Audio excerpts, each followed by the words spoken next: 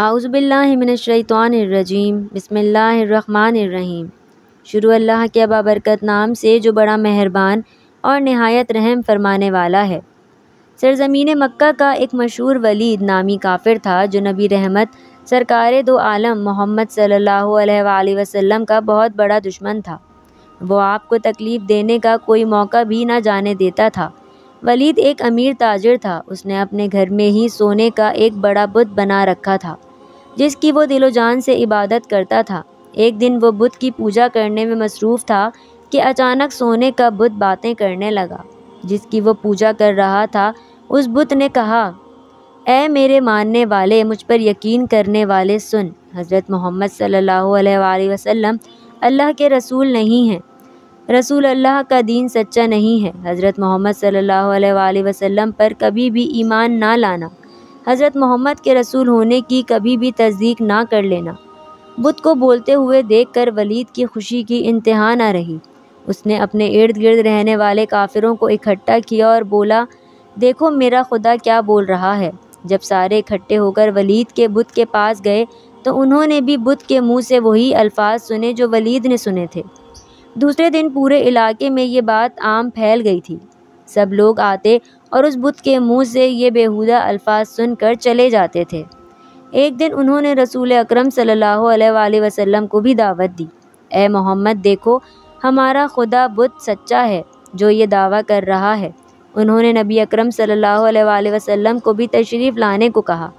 جب نبی اکرم اس بت کے پاس تشریف لائے، جب حضور اکرم صلی اللہ علیہ وسلم کو دعوت دی گئی تو ولید نے چالاکی سے سارے مکہ والوں کو بھی ایک میدان میں اکٹھا کیا تاکہ آج بت کے منہ سے یہ الفاظ سب سن لیں، اور پھر محمد صلی اللہ علیہ وآلہ وسلم پر جو ایمان لائے ہیں وہ بھی دوبارہ سے ہمارے خداؤں کو پوجنے لگ جائیں۔ لوگ میدان میں کھڑے ولید کے بت کے منہ سے مشرکانہ الفاظ سننے کے لیے بے تاب کھڑے تھے۔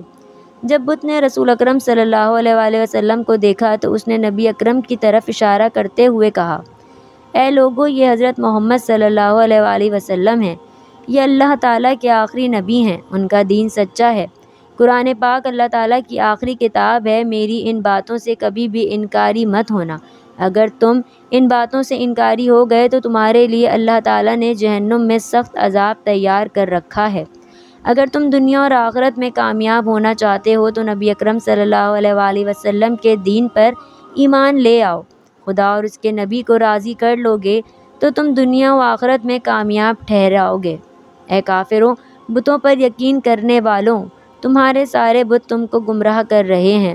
اگر تم نے انہی بتوں کی پوجا کی تو تم سارے کافر مزید گمراہ ہوتے جاؤ گے اور مرنے کے بعد تمہارا ٹھکانہ جہنم کی سخت آگ ہوگی۔ جب ولید نے اپنے بت کے منہ سے یہ الفاظ سنے تو اس نے شرم کے مارے سر جھکا لیا۔ ولید کو اپنے بت پر اتنا غصہ آیا کہ اس نے غصے میں آ کر بت کے ٹکڑے ٹکڑے کر دیے۔ حضور اکرم یہاں سے واپس جا رہے تھے کہ نبی اکرم صلی اللہ علیہ وآلہ وسلم کی نظر ایک گھوڑ سوار پر پڑی جو بڑی تیزی کے ساتھ ہاتھ میں خون سے تر تلوار لیے نبی اکرم صلی اللہ علیہ وآلہ وسلم کی طرف آ رہا تھا۔ جب وہ نبی اکرم کے پاس آیا تو اس نے آپ کو سلام کیا۔ نبی اکرم صلی اللہ علیہ وآلہ وسلم نے سلام کا جواب دیا اور دریافت کیا کہ تم کون ہو؟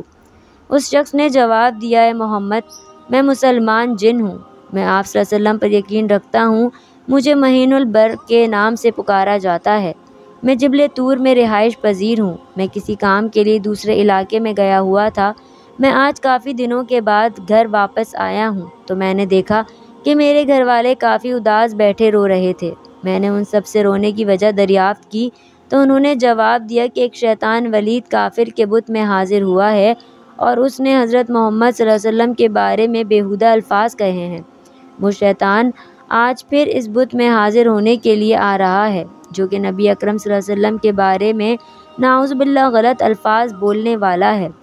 جب میں نے گھر والوں سے یہ الفاظ سنے تو مجھ سے برداشت نہیں ہوا تو میں نے اس شیطان کو راستے میں ہی روک کر قتل کر دیا ہے اور اس بت میں داخل ہو کر آپ صلی اللہ علیہ وآلہ وسلم کے سچے نبی ہونے کی گواہی دے دی ہے۔ یہ جو کچھ بولا تھا سب کچھ میں نے ہی بولا تھا۔ مسلمان جن کی یہ بات سن کر حضور اکرم صلی اللہ علیہ وآلہ وسلم خوش ہوئے اور اس جن کے لیے اللہ تعالیٰ سے مغفرت کی دعا فرمائی۔